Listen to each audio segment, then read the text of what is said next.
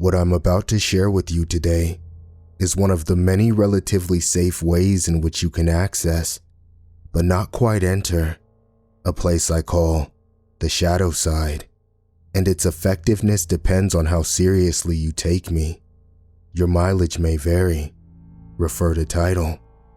I won't tell you that you shouldn't be afraid of the shadow side. Chances are, you've already seen it after all, and merely think it was just a reoccurring dream.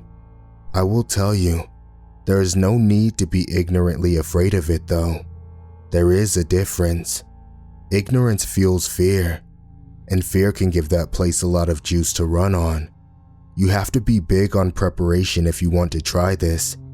It's like skydiving. If getting it right on your first try is not something you're good at, then this is not for you. If you do drugs or alcohol the night of the event, you're going to have a bad time.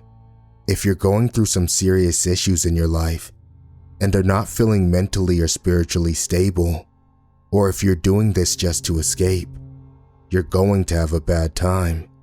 And if you don't follow my instructions, particularly the multiple backups I'll give you, which trust me, are there for a reason, you're going to have a really bad time.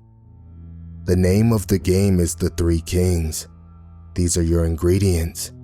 A very large, empty and quiet room, preferably without windows. If windows exist, you need to be able to cover them and ensure total darkness. Basements usually work well, if they're roomy enough.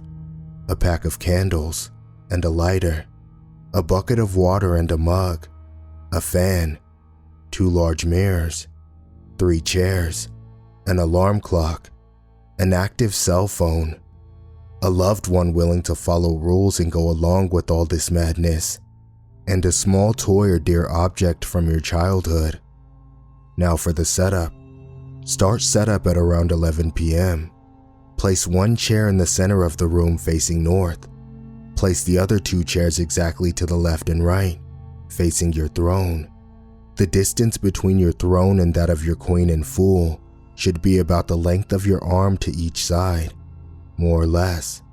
Place the 2 large mirrors on the queen and fool chairs left and right of you, facing you and each other. Try your best to have them stand at a 90-degree angle, or else you may get more or less than 3 kings. If you sit on your throne facing straight ahead, you should be able to perceive your own reflection in each of the 2 mirrors without actually having to turn your head or your eyes to do so. If you see your own reflection in the corner of your eye, just barely there, then you've done it right. Place the bucket of water and the mug in front of you, just barely out of reach. Place the fan behind you. Turn it on. Don't set it to maximum power. Medium or low is usually enough. Leave it on. Turn off the lights. Leave the door open and go to your bedroom. Set the candles by the side of the bed, next to a lighter, your alarm clock and your cell phone. Set your alarm clock for 3:30 a.m. Turn off the lights and sleep while holding your power object. Get some rest. Now, it's showtime. Wake up at 3:30 a.m. with your alarm clock. Turn it off, but don't turn off the light. You have exactly 3 minutes to light your candle, grab your cell phone, and make your way to the dark room to sit on your throne. You should be seated by 3:33 a.m. Don't forget your power object.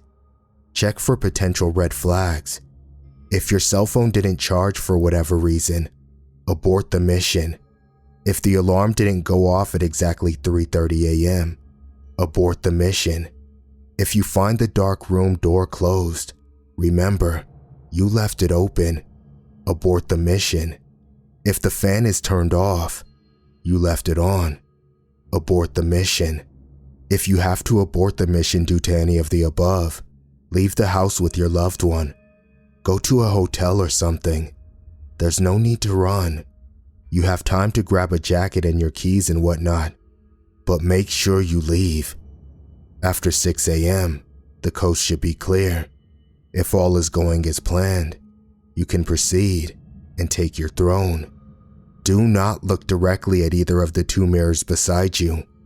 Do not let the candle go out. The fan is behind you. You must protect the candle with your body, which is standing in between. There's a reason for this, as you'll soon see. Now look straight ahead at the darkness, not at the candle, not at the mirrors, just straight ahead. Eagle Eye reader surely noticed I didn't say during setup which chair was queen and which chair was fool. That's because it's your job to find out. And from their point of view, you're either their queen or their fool. Hence, 3 kings. I won't spoil what happens next. Suffice to say, you won't be alone, and if you have questions, you'll get answers. Sometimes in the form of new questions.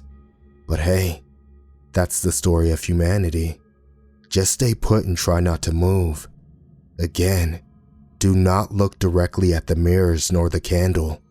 Just straight ahead. Trust me, don't chicken out either. You need to wait until 4:34. By 4:34, it's all over. It's okay to tremble a little bit. Just try not to. Not because it affects the ritual or anything. It's just not the right thing to do while in polite company. Did I mention not to let the candle go out? That's what the fan is for. You're protecting the candle with your body. But if your body were to be suddenly moved, then the fan would turn off the candle. That's backup number 1. Your loved one is backup number 2. At 4:34, he or she has to come in the room and call your name. If that won't work, they have to call your cell phone. If that won't work, they have the glass of water in the bucket.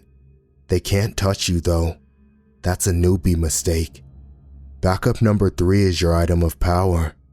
The toy, or locket, or whatever object of strength you brought along for the ride. It'll show you the way if things get dicey.